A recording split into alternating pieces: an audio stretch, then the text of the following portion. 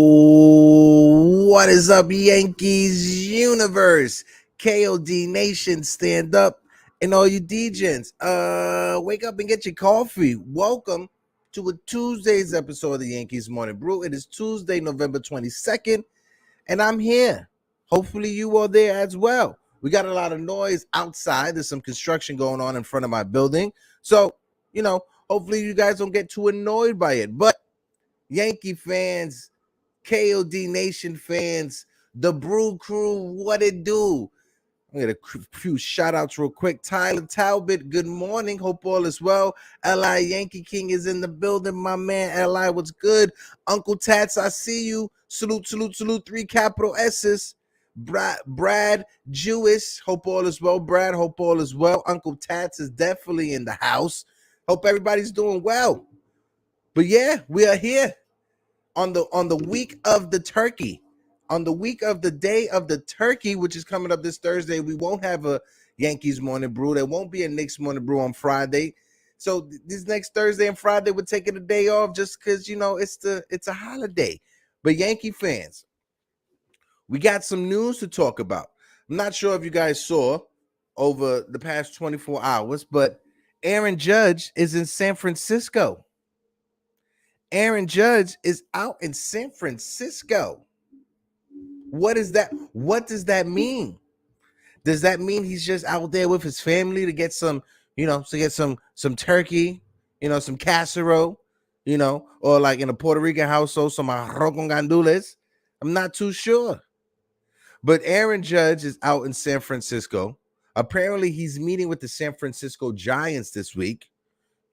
Last week, after Thursday's episode, it came out that the Yankees offered Judge a contract, and it's a $337 million contract. Not sure about the years, but 337 for Judge, probably going to be about 8 years. A little bit of an overpay, but you got to do what you got to do to re-sign your guy. Yankees got to go all out to re-sign Judge. However you figure it out. Whatever you got to do, 8-year deal, 9-year deal, whatever. I like the starting point, 337. When that number came out, I was like, okay, how's trying to re-sign his guy? How's trying to play some ball? But also the rumors over the weekend, Gleyber Torres may be finding a new home over in Seattle. He going to be hanging out with my guy, Eric Wallace, who is a Mariners fan. Eric Wallace, hope all is well. Salute, salute, salute. 3 capital S's. Eric Wallace says, I'm hoping it's just seeing family, but I'm concerned. Yeah, same.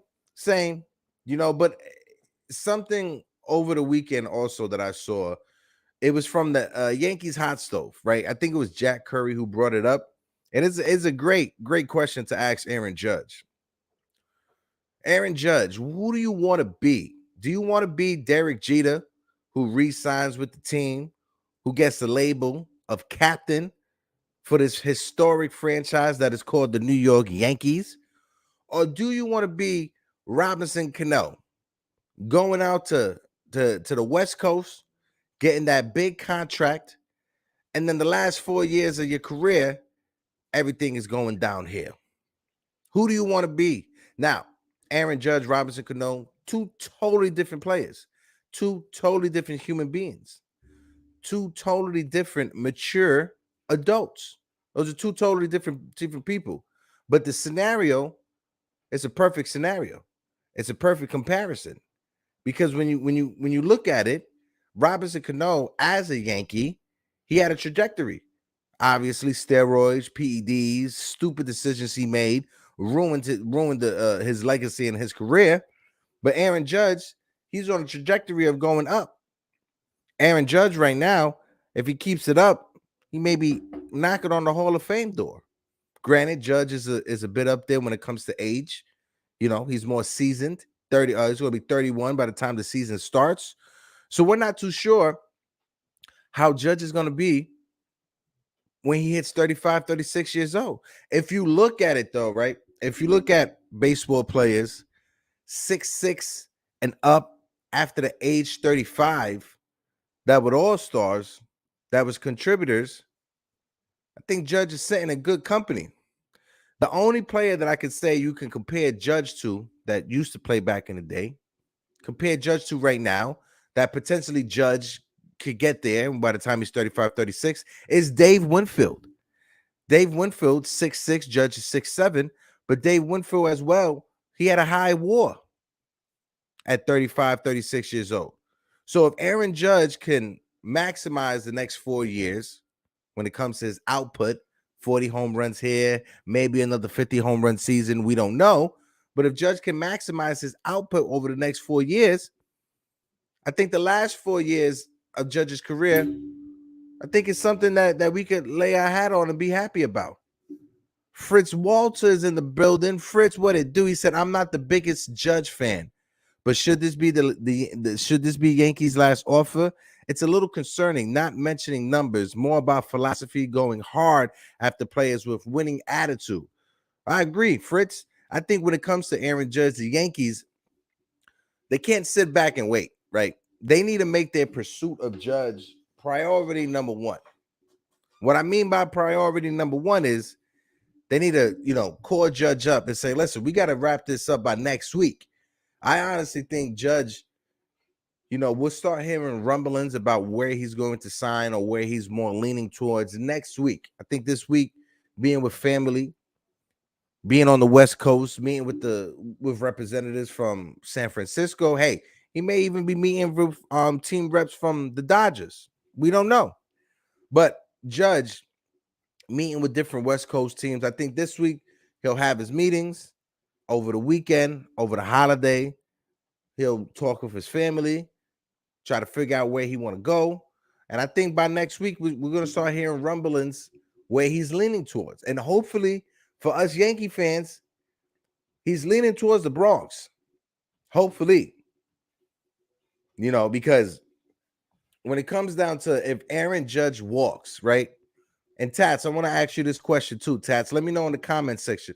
When Aaron Judge, or if Aaron Judge walks, knock on wood. Got to knock on wood. Don't want to jinx myself. If Aaron Judge was to walk away from this team, who do you think gets blamed for it? I don't think Cashman gets blamed for it. I think the one person that gets blamed for it is Hal.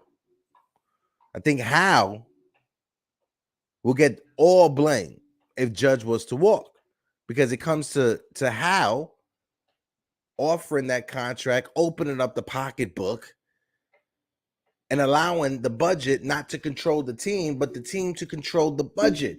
Good morning, my man, Mark Teammaker. Mark, what it do? Salute, salute, salute. He said, I hope we know by next week. Otherwise, I would start signing people left and right. Absolutely, Mark. I think the Yankees need to let Judge know this is priority one, and this is the most important thing right now. They cannot let this drag on for the next couple of months. No way, no how. I don't see it dragging along as well. But then again, you never know. Last offseason, there was people waiting a week before spring training to sign with a team. Granted, union discussions, pushback, contract negotiations, I get that. But the Yankees waited basically until spring training to re-sign Rizzo. They got Rizzo out the way within the first week and a half of free agency, which I think is smart. But when it comes to Judge walking away, I don't think Hal wants that on his head. I don't think Hal Steinbrenner having whatever special ceremony he's having at Yankee Stadium, whether it's Mariano Rivera Day, Derek Jeter, day, whichever day it is, I don't think Hal wants to be booed again. Because one thing about these billionaires, they may have all this money in the world, but one thing they can't buy is admiration. They get in their fifis real bad. Their feelings get hurt when people boo them. Even though they're billionaires, their fifis get hurt. I'm going to shout out to the chat real quick. My man Fritz Walter says, if they want to change this organization, they got to have a clear philosophy. And beating out teams like the Dodgers on Correa, there are many big moves to make. Correa or Turner, Benintendi or Nimmo plus Judge, and they still couldn't compete. Agree, Fritz. You don't want to shoot yourself in the foot as well if you're an organization. You don't want to bet against yourself. So now that it's out there, that Judge's contract is out there, let's see what Judge could get. And hopefully he gives the Yankees, the last phone call. If he goes to San Francisco and he meets with ownership and they offer him a $340 million contract, is he going to call the Yankees to let them know? My man Uncle Tat says, I blame the organization as a whole. They had years to get together and lock him up. Absolutely. That's why let this Aaron Judge contract situation, right? Let this lay the groundwork and let this foreshadow the future when it comes to Yankees contract extensions, right? Hopefully the Yankees, they learn from this mistake. We got a batch of young kids coming up, whether it's Volpe, Dominguez, Peraza, who's already here. If those three kids, if any of those three kids, and you got Austin Wells, Spencer Jones, if any of those kids hit the ground running like Aaron Judge did in his rookie year, the Yankees need to extend those kids that same season, if not that off season. Because in 2017, when it was Judge's rookie year, and Judge went off for 50 home runs, how many Yankee fans would have been upset with the team if they extended him in the offseason 10 years, $150 million? I don't think any of us Yankee fans would be upset. Knowing what we know right now, and I get it, hindsight is 50-50, right? But if we locked up Judge in his rookie year when he was 25 years old, 10 years, that would have took him to 35 years of age. We wouldn't have to worry about the last 5 years, because if he wants to work, okay, go to San Francisco. You know? But hey, like I said, hindsight is 50-50. And also, too, there was this investigation that was going on by Major League Baseball looking into the Mets and the Yankees and collusion when it comes to Aaron Judge and his contract, and the Mets saying that they were going to respect Hal Steinbrenner or Steve Cohen, out of mutual respect for Hal Steinbrenner, wasn't going to pursue Aaron Judge. And when those talks first came out, I kind of thought it was weird. I didn't think anything about it when it comes from the union point of view, but I thought it was kind of weird that was out there, and it was known to us fans. But now the rumors are circulating some more.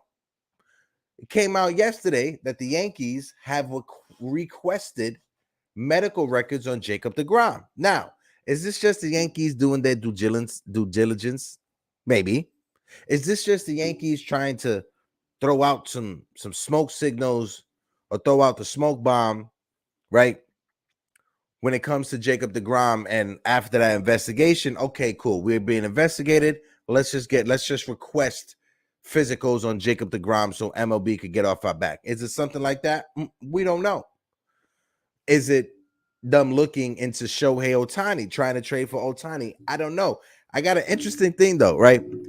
It's definitely going to happen this season, right? The Angels are definitely going to trade Shohei Ohtani, right? I'm not sure if you guys know Fuzzy, MLB. He talks, he's a Cleveland Guardian fan or whatever, but he talks MLB. He had a great video I was watching it last night.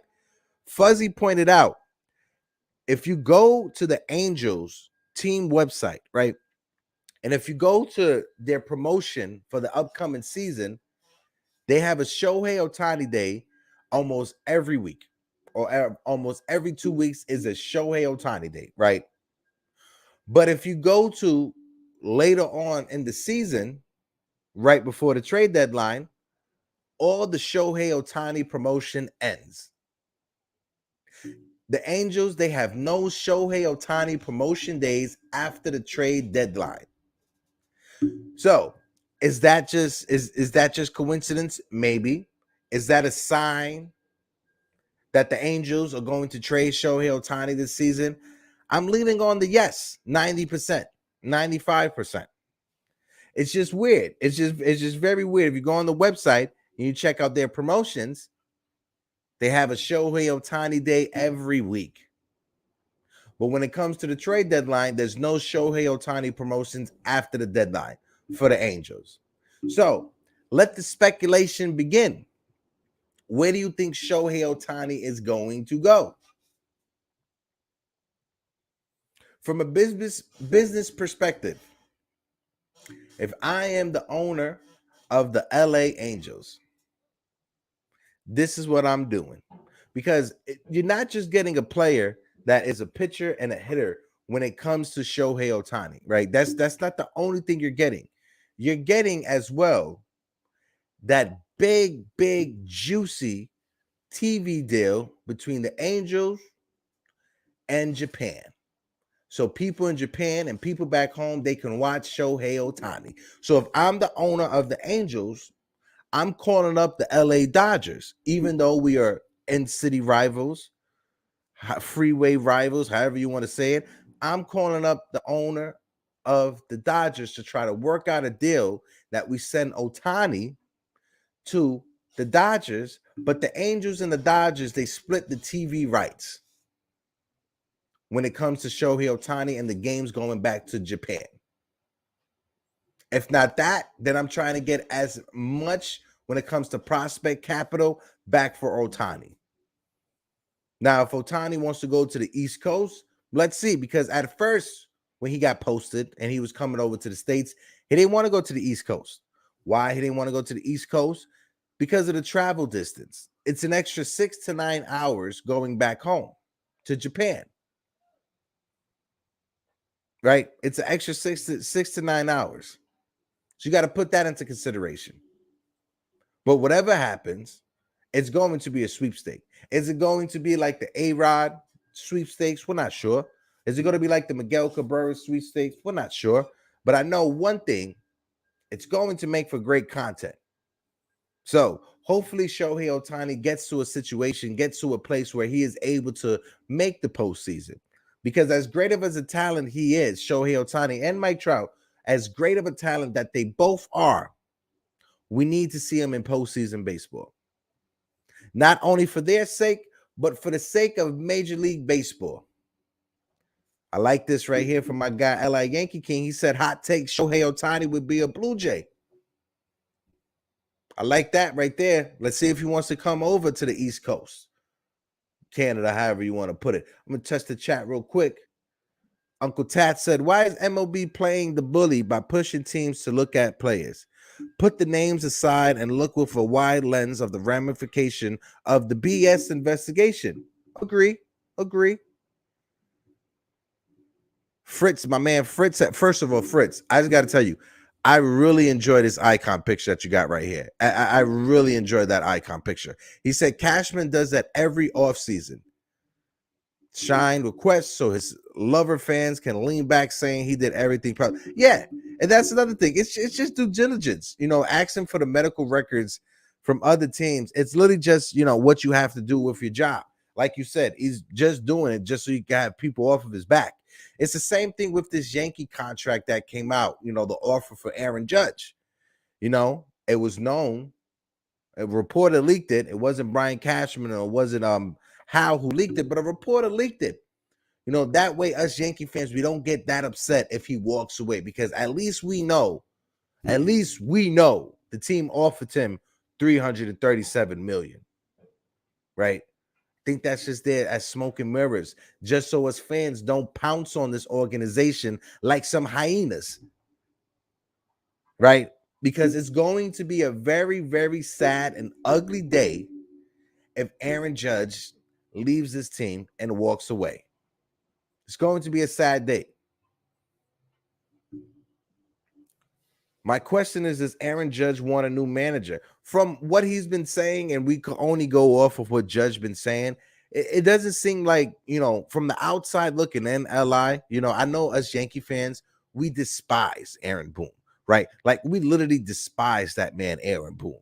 Like, I honestly think that if that man was on fire in front of probably you, LI, I don't think that you would even pee on the man to put the fire out. That's how much I think Yankee fans despise both Cashman and Aaron Boone.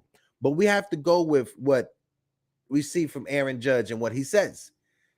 And this weekend that just passed, there was an event that went on, and he was asked about Aaron Boone. And he said Aaron Boone has been an amazing manager to him. Granted, he's not going to come out and just say that, oh, well, I don't like Aaron Boone. I understand that. But we just have to go off of what he says. And his body language, it doesn't show that he hates Aaron Boone. The Ramones, hey, my man. Oh, top of the line running. My man, top of the line running, 161 River Ave. He says if Judge isn't happy with 337 million, unfortunately, it's about the money more than loyalty. He is visiting San Francisco today. Yeah, that's what I'm saying. You know, the Yankees, they did their due diligence when it comes to requesting medicals from Jacob deGrom, right?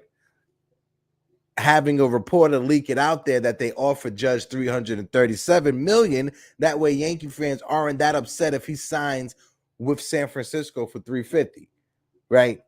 You know, so this is all a part of the game. This is all smoke and mirrors. You know, us fans, we're sitting back panicking, wondering what's going to happen. But in reality, the Yankees and Aaron Judge, they already know what they're going to do, right? Right. So let's just see what happens. Hopefully 337 is enough to make Judge want to come back. That's more than, I think they offered him 330, like 230 also during the season. So this is basically just 100 million more, which I think is a decent offer. 100 million more, I think is a very solid and decent offer. Yeah, there you go, Jason. It allows them to save face and pure gamemanship, baby. Exactly. It's just a way to just deflect blame. That's basically what it is. Listen, we offered him 337 million. You know, we spoke to him, we did everything we could, but he signed with this team in San Francisco, you know. So it's really all just to shift blame, just to make sure that they don't get destroyed by the fans, by the media, and by the back pages in New York City. That's basically all it is when it comes down to it. It's all a game. And us fans, we're just the pawns. We're the ones that are getting sacrificed because we're the ones whose mental is being destroyed by this, right? Fritz Walter said, Jacob deGrom, we're fine, but this offseason cannot hit. I don't know what you mean by that, Fritz, if you want to explain. Would you want to go after Jacob deGrom? Jacob deGrom has probably been one of the best pitchers in Major League Baseball over the past 5 years, if not the best. You know, injuries over these past couple of seasons, I get that. I understand that injuries happen, but Jacob deGrom is still Jacob deGrom. If the money was right, if the years were okay, why not? NY Yankee King says, Hector, how about 10 years, 400 million with incentives for Judge? I think the Yankees don't want to go those 10 years, right? Because if you look at it, 337 divided by, I'm doing the math right now. 337 divided by 8, that's 42 million a year, right? So the Yankees, they're trying to get the shorter contract with more of an AAV, with more of an annual value when it comes to his salary. If he was to accept this, he would literally be tied with Max Scherzer with how much he's getting paid per season.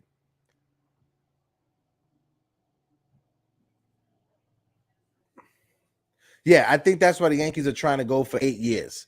Honestly, I think the Yankees are trying to go for 8 years because 10 years would be too much. If you think about it, he's going to be 41 by the time that contract is over. They ain't work out well when it came to Alex Rodriguez, right? Way too. It didn't work out at all whatsoever. I think 10 years is just too many years to sign a player who's in his 30s. 8 years, I think it's good. With a higher annual value, I think it's good also. 337, I think, is a solid offer for Aaron Judge. If Aaron Judge takes 350 for 8 years, or if he takes 10 years, 420 from San Francisco, go ahead. That's all on you. I'm not overpaying. I'm not paying 420 million over 10 years. He's the seasons, when the season starts, he'll be 31. 31 plus 10 is 41. Right now, he's 40. When the season starts, he'll be 31. So a 10-year contract would take him to 41 years old. That would be his last. That would be his last year, 41, starting the season. I think his birthday is in April. Let me just double check. Birthday. Yeah, it's April 26th. So by the time the season starts, he'll be 31. Add an extra 10, that's 41. You know, a difference of 40 or 41. I just don't think 41 is solid to be playing somebody $42 million in this year 41 season. I think that's just shooting yourself in the foot. That's why I think 8 years, 337, 42.7 per season. I think that'd be good. They signed DJ LeMahieu to a 6-year deal to spread out the money. Instead of 4 years at 100 or whatever, they signed them for 6 years at 90 to spread out the money. And 6 years is not 10 years. We need more quality contact bats. With Pop, no future bats struggling to hit over 200. Of course, shift is gone, but for everybody, also for guys who already hit. Yeah, that's what the Yankees need. And that's what we missed in the postseason, right? We missed Andrew Benintendi's bat in the postseason. We missed a healthy DJ LeMahieu and what we know DJ LeMahieu can do, especially what he's done prior to being with the Yankees, when it comes to those prior seasons, this past season, prior to this past season, his track record with the Yankees, he won a batting title with us, right? Constantly over 300. We definitely missed that so much this postseason, and now that's what Hal's talking about. Oh, if we were healthy, if we had Benintendi, if we had DJ LeMahieu, don't let that be your excuse, right? We can highlight those injuries, but at the same time, don't let that be an excuse not to go out there and add an impact back, right? I think right now the Yankees are probably going to go into the season with Volpe and Peraza at shortstop, second base, trading Gleyber Torres to whatever team. It's third base. Third base is going to be the question mark. Do we go with Josh Donaldson for another season? Do we cut bait with Josh Donaldson and try to bring in another third baseman? That's going to be the question mark. Third base. And another question mark, is DJ LeMahieu going to be healthy? Because this is the conversation that I had before the season even started. DJ LeMahieu, and this prior offseason that just passed, DJ LeMahieu had a sports hernia surgery. He had a hip surgery. Baseball players that have sports hernia surgeries and have hip surgeries, that zaps out a lot of your baseball talent. When you get in hip surgeries, especially in your 30s, that takes away a lot from what you can do. Look what happened to Alex Rodriguez. Look what happened to Mickey Mantle. Granted, when Mickey Mantle got his hip surgery, the medical field wasn't as advanced as it is today. I understand that. But look at Nomar Garciaparra, right? Nomar Garciaparra, he missed 3 to 4 seasons of his prime because he had the same surgery that DJ LeMahieu had in this offseason. The difference between the two of them is Nomar got injured during the season. DJ LeMahieu didn't find out his injury until after the season. So he caught the injury before it was exacerbated. I would trade DJ LeMahieu to the White Sox. Honestly, DJ, let me see DJ's contract.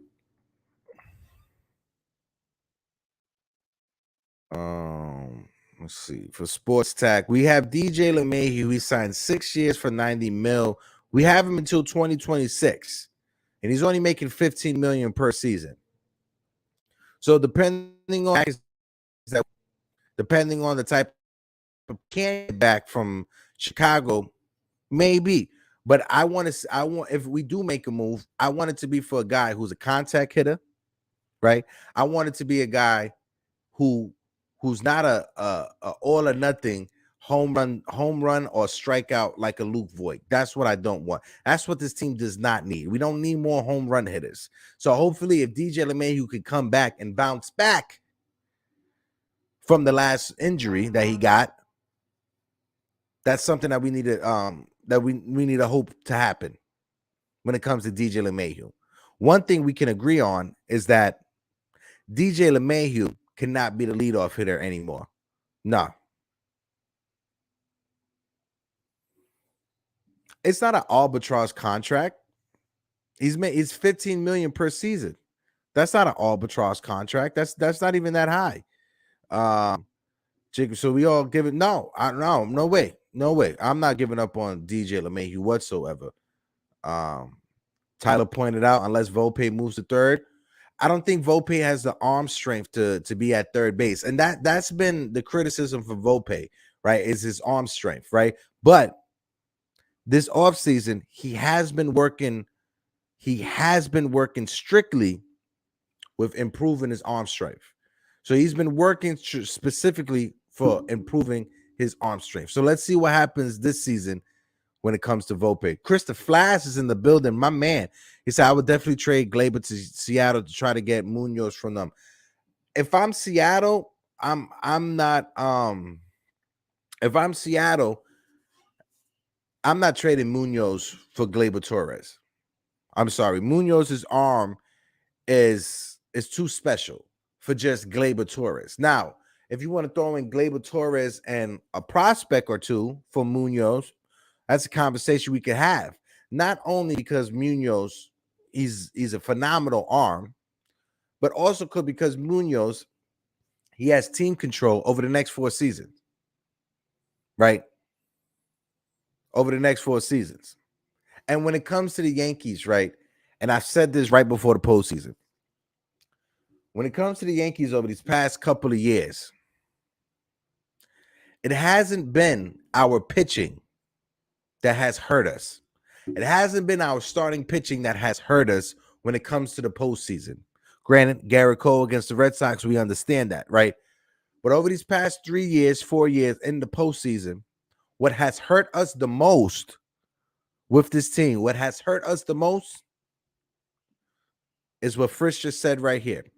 We need players who can fit that approach of a 2-strike at bat. We need guys who can hit with 2 strikes. We need guys who can make solid contact. We don't need home run guys. We already got that. This lineup, we already got home run guys. What we need is contact hitters around them who can get on base, who can put pressure on the opposite starting pitcher or reliever, however you want to put it, can put pressure on those pitchers. That way, when the big boppers come up, the big boppers can now hit a 2-run home run or a 3-run home run instead of these solo shots. That has been our issue. That has been our Achilles heels. We can get home runs, but there'll be solo shots. We need guys to get on base any way they can to put pressure on the opposing pitcher. It's just simple as that.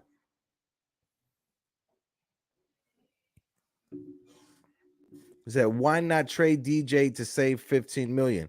Listen, if it makes sense, right? Especially prospect rise, let's see what we can get. But to say that $15 million is an arbitrage contract, that's why I disagree with you, Li. If you want to just trade DJ just to trade DJ, cool. You can trade DJ just to trade DJ. But I don't think DJ is our issue. I think Josh Donaldson is more of an issue than DJ. Josh Donaldson makes $5 to $8 million more than DJ LeMahieu. I think Aaron Hicks is more of an issue on our roster than DJ LeMahieu is. I just don't want to trade DJ LeMahieu for the sake of just trading DJ LeMahieu. There's other issues on this roster than DJ LeMahieu that we need to address before we even think about trading DJ LeMahieu. Respectfully. Exactly, Hector. The Yankees value Gleyber Torres too high. And that's the thing, too. And that's what was so upsetting to me. Every time it was the bottom of the ninth for extra innings and Gleyber Torres came up with the chance to win the game, I got so upset because every time he came up, Gleyber Torres, he has 7 game-winning hits. This is the most game-winning hits in all of Major League Baseball. Shut up. Shut up. I don't care. Those game-winning hits, that was before. That's not now. That's not this season. That's when he hit 30-something home runs. That's not this season. I was just so annoyed every time they brought it up. It was just a waste of oxygen. We need oxygen to live. So every time you brought up that Gleyber Torres stat, you was wasting precious oxygen. Why? Because I don't care what Gleyber Torres did in the past. What is he doing right now? And right now, this season, he hurt us, especially in the postseason. Isaiah Torres, what it do, what it do, what it do. Hopefully I pronounced your name right. Is it Isaiah or Isias? I apologize, but he said they never asked who's going to sit for DJ. Yeah. Glaber had 2 walk-off hits this season. He did. But I still think he's he said Astros have no automatic outs in their lineup. And that's the thing. When you look at that series, right, against the Astros, what stuck out to me more than Jeremy Pena, than the guys at the top of the lineup, what stuck out to me more is the 7th, 8th, and 9th hitter in that lineup. The 7th, 8th, and 9th hitter in the Astros lineup killed us. They were getting on base. They were getting extra base hits. They were getting home runs. That's where you win a series. If your 7th, 8th, and 9th hitter can produce to take the pressure off of your 1, 2, and 3 hitter, you are setting yourself up for success. The percentages, everything is in your favor when it comes to that. I disagree. DJ is an issue with Jay. I think Josh Donaldson and Aaron Hicks is more of an issue than DJ LeMahieu.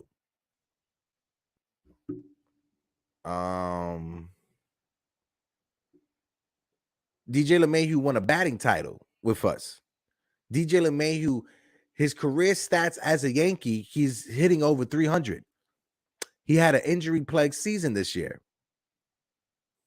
Aaron Hicks and Josh Donaldson, this is a track record, especially with Josh Donaldson. You can see it in his last year with the Braves. He was on the decline. So Hector, you could probably agree. Oh, let me go back up to it, Chris. My fault.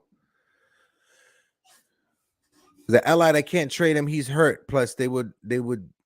Why would they trade him? Trade up him when his value is low? Yeah, and that's another thing. The Chicago White Sox, who has that horrible owner, they're not just going to take on salary just to appease the Yankees and Yankee fans. No, I don't think so.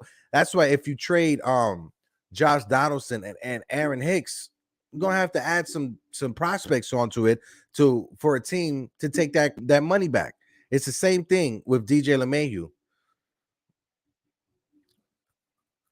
I don't know crap about the past. What he did, I'm looking towards the future, and DJ has no value with it. And to your opinion, that's your opinion, and this is where we could agree to disagree. Li, right? In your opinion, in your eyes, you say he has no value with the Yankees. To the Yankees, they see differently.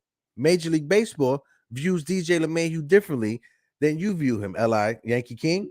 And like I said, we could agree to disagree. This is not a back and forth or a debate show. You know, I don't like doing debate shows.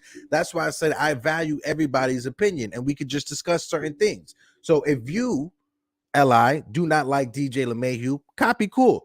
Bring me some trade scenarios. Bring me some players that you would like for DJ LeMahieu. Let's play this game. If you want to trade DJ LeMahieu, give me the 3 teams you want to trade him to and give me the players you want back. And when I mean what players you want back, name them specifically and why you want them back. Just don't tell me, oh, we could just trade him for some low level prospects. No, I want to know what prospects you want to trade him for, and I want to know what team you want to trade him to. And then we could put on our GM hat if you were the other team, right? If you were the other team, why would you take DJ LeMahieu's contract on? So we could play that game. Cosmic Jerry is in the building. Cosmic Jerry, what it do, what it do, what it do. Salute, salute, salute, salute, salute. My man Tyler says, I'm happy if DJ hits 280, 15 home runs, 60-something RBIs. Absolutely. I'll take that also, especially with his versatility, being able to play second base, third base, and first base, right? If he can hit us 280, 15 home runs, 60 RBIs, that's a solid utility guy that's getting paid $15 million. I'll take that in a heartbeat. And like I said, DJ LeMahieu cannot be our leadoff hitter. Going forward, DJ LeMahieu cannot be slotted in that leadoff spot. If we bring back Benintendi, you have Benintendi be the leadoff hitter. If we bring back Judge, you put Judge in that number 2 hole, Anthony Rizzo number 3, Giancarlo Stanton number 4, and then you got DJ LeMahieu as a 5-hole hitter. That's how this Yankee lineup should be next season. Our 1 through 5 should be Benintendi, Judge, Rizzo, Stanton, and then DJ LeMahieu. And then everybody else can trickle in. Hold on 1 second. He said, amen, Hector. We need somebody who can run batting leadoff. Exactly. And you don't want to put that much pressure on DJ LeMahieu coming back off of a injury. And it's not just a random injury. It's an injury that moves. So at first it was his ankle, and then it moved to his toe, and then it moved to his calf, right? So with a player coming back off of lower body injuries, you don't want to put that pressure onto them that they're going to have to come out and be a speedster and be a table setter, right? You don't want DJ LeMahieu to be busting down the box and he pulls something and he hurts himself and then he shots himself in the foot. You don't want that to happen.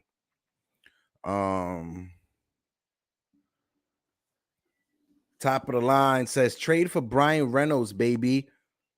If we didn't have Harrison Bader, I would definitely love to make that move for Brian Reynolds, right? But I think Harrison Bader in center field is a better option defensively than Brian Reynolds. Brian Reynolds, it's a way better hitter than Harrison Bader. Way better hitter than Harrison Bader, right?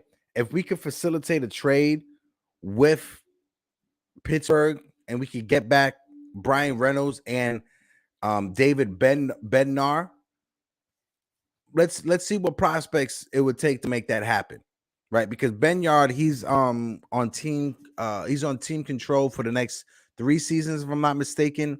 And I think Brian Reynolds is on team control for 3 seasons as well. So we could either have Brian Reynolds or Harrison Bader in left field and the other one in the center field with Judge in right field. I'd be happy with that, or I want to see Benintendi. I want to see Benintendi part 2 in the Bronx. Yeah. Bednar's a free agent 2027, Reynolds 2026. Yeah. So that's 3 years for Reynolds, 4 years for Bednar. Those are the team quality control. See, Yankees got to use opportunities to sign players just for money. Every trade is going to be more expensive, especially getting closer to deadline. Cashman does this era every season, and the fans eat it. Yeah, that's a solid take, Fritz. That's a solid take. All right. Jiggaman. All right, I gave it some thoughts. Yes, I would be leadoff batter for us. You know what? I'll take that. Jiggaman in the leadoff spot. One thing, Jiggaman, that if Jiggaman had like a food pyramid, right? It would just be Monster Energy drink, Red Bull, and then Monster Energy drink all the way down for his food pyramid, right? So, but hey, I'll like that as a leadoff hitter. I ain't go front. Is that you can add something to that Hicks trade, but I would definitely do it. And it's listen, when it comes to Aaron Hicks and Josh Donaldson, let's see what we can get when it comes to trades, right? But at the end of the day, I think the Yankees should just cut bait with the both of them. It's easy for me to say that because it's not my 20 million or 30 million that I'm gonna have to eat. It's not my money. So I could definitely spend the billionaire's money like that. It's not my money, so it's very easy for me to say. I'm not sure. I try to look into the tax threshold as they have. I'm not sure if you cut players if you're over that first tax threshold, if you get penalized. I couldn't find any verbiage and like the agreement. So hopefully the Yankees, they do not get penalized just for eating that money, going over the tax threshold. I know when you don't go over the tax threshold and you eat money that was on your books, you don't get penalized. But I think if you go over that first tax threshold and you're just eating money for the sake of getting out of that tax threshold, I think you get penalized. I'm not sure if it's a draft compensation and I'm not sure if it's a financial compensation, but I know you do get penalized if you're over the tax threshold and you just eat money just for the sake of eating money to get under the tax threshold. I know that you do get penalized for that.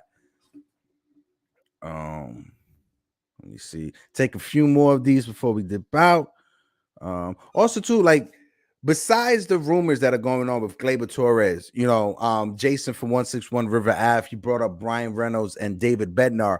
Who would you guys, besides like the obvious, who would you guys go out there and trade for? Look at Josh Donaldson's contract. Like, we can call up the Arizona Diamondbacks and try to work something out with Madison Bumgarner, right? We throw in Josh Donaldson and Aaron Hicks's contract, and we bring back Madison Bumgarner for the rotation. Is that something you guys would, like to, start a conversation on? I'm not too sure. I'm not even sure Madison Bumgarner will come to New York City. Madison Bumgarner is a psychopath. I'm just putting it out there right now. Hopefully he doesn't see this and try to come for my head, but Madison Bumgarner is a straight psychopath. But I would love that psychopath in our starting rotation. But when it comes to starting pitchers, do you guys want to trade for somebody? Do you guys want to sign someone? There was rumors with the Milwaukee Brewers that the Yankees are trying to go after, I think, Corbin Burns or Woodruff, one of their top pitchers from the Brewers. Would you guys want that? Tyler said Woodruff or Brewers if the price is right. Yeah, that means we're gonna have to cut bait with some prospects.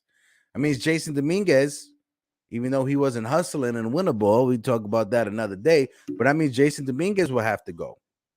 That means Austin Wells will have to go. Will Warren will have to go. If we trade for some guys, we're going to have to get rid of some of these prospects.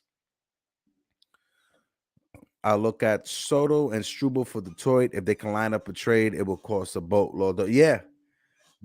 I would definitely call Detroit for Soto. Struble he's a project. I wouldn't say a project. He's a prospect. That we don't know what his ceiling is, right? I don't want the Yankees to trade for a player like that, respectfully. I want the Yankees to trade for a pitcher that's already established. I understand it may cost us more when it comes to prospect capital, but I'm tired of the Yankees and Brian Cashman trying to get a pitcher that has the potential to be a number 2, right? Or has the potential to be a number 1. We tried it with Michael Pineda. It didn't work out. We tried it with the Big Maple. It didn't work out with the Big Maple. We tried it with Sonny Gray. It didn't work out with Sonny Gray. We need to get pitchers that are already established as an ace and bring them over to the Yankees. Not a pitcher that has the potential to be a number 1, but he has to work out a few things with Matt Blake. I'm sorry. What's up? Ooh, we got the trolls in the chat. Gotta love the trolls. Thank you so much for the views. I appreciate that. You get a like, hit that like button as well for us. Or just sign Rondon. Yeah. He said Mad Bum and Serge are the 2 biggest psychos in baseball. Absolutely, Tyler. If you guys didn't know, Madison Bumgarner in the offseason, he uses a fake name so he could do bullfighting. Like, this Madison Bumgarner literally wrestles bulls. Like that is Madison Bumgarner is literally a Sasquatch. If you look up Sasquatch in Google and you type it up, the picture of Madison Bumgarner wrestling bulls pop up. That's somebody I want on this starting rotation. Somebody who wrestles bulls and not afraid to do it. Hold on. Brad for Mad Bum. Cashman is going to wait future 3 years. Okay. He said Rodon should be priority number 2, and I posted my DJ trade. Okay, let me see, because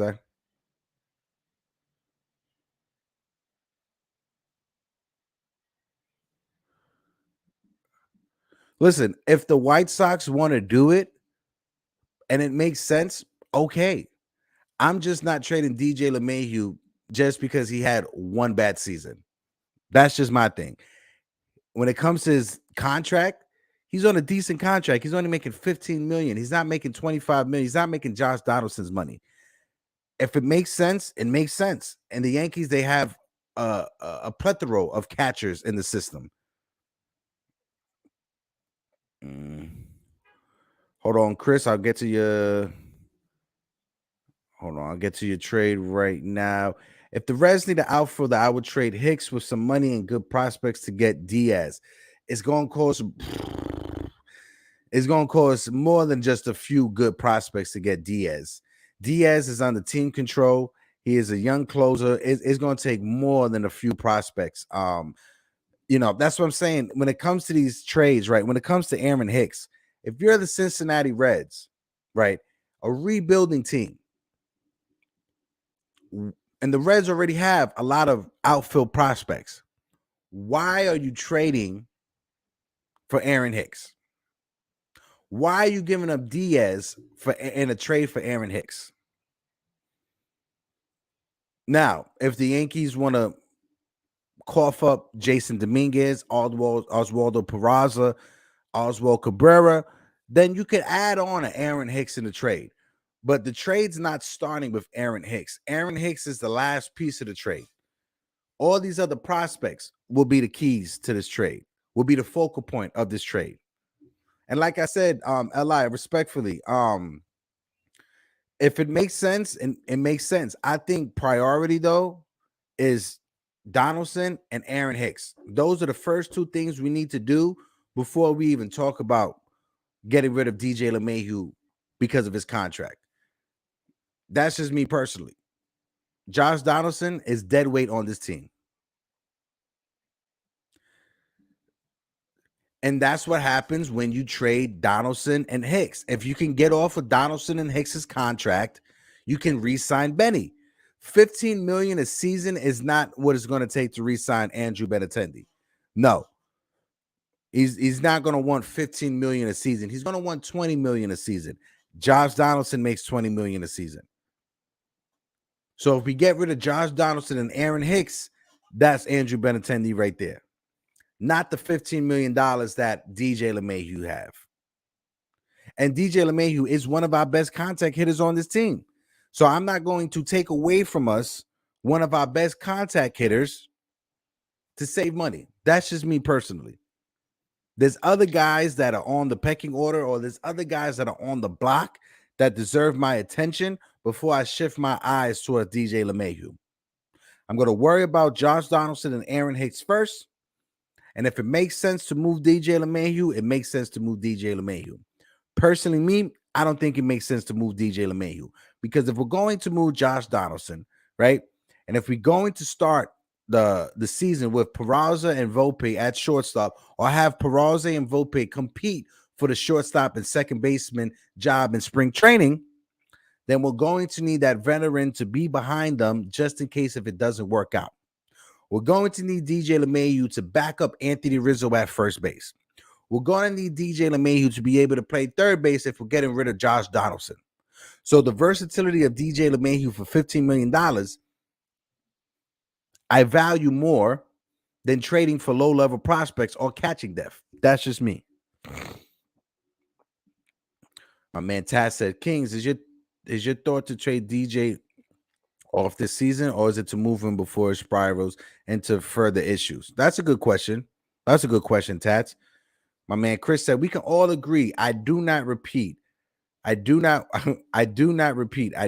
want Pablo Lopez. If I trade with the Marlins, I will get Rogers. Yep. I think Jason from 161 River Ave, he did a real good video talking about Tyler Rogers, if I'm not mistaken, that's his first name. But if you guys haven't seen 161 River Ave, my man Jason, he did a real good deep dive into trades that the Yankees should make. And as well, if you aren't following Chris the Flash, what are you doing? Make sure you follow Chris the Flash. Make sure you follow my man Uncle Tats with the Pinstripe Chronicles. Make sure you follow NY Yankee King, because NY Yankee King, he be dropping some videos also. But guys, we're about to get ready to wrap it up, right? So before we wrap it up, let me get your predictions down low. Like I said, we won't be back till next week, so I would love to see your predictions, family. Let me know. Do you guys think Aaron Judge is going to sign this weekend?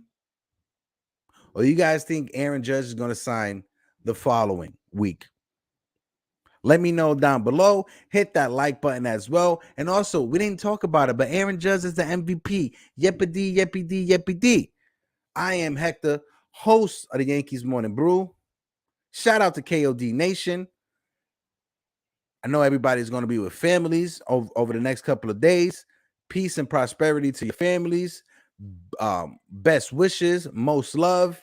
Appreciate everybody for tuning in. Fritz Walter, Brad Jewish, Tyler Talbot, Krista Flash, NY Yankee King, Pinstripe Chronicles, my brother Jiggerman Porto, Tyler Talbot as well. Appreciate everybody for tuning in. Guys, this is a part of the Brew Crew family. And like I said, we out. Peace. I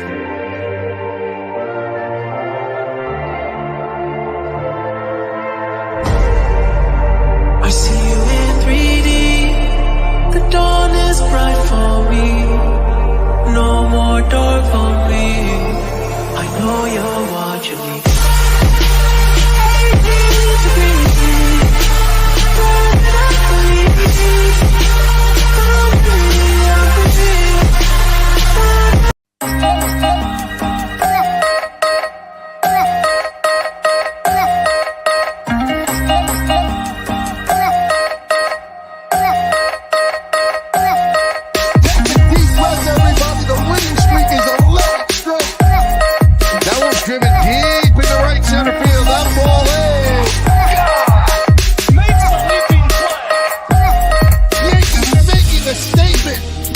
Rounding to third.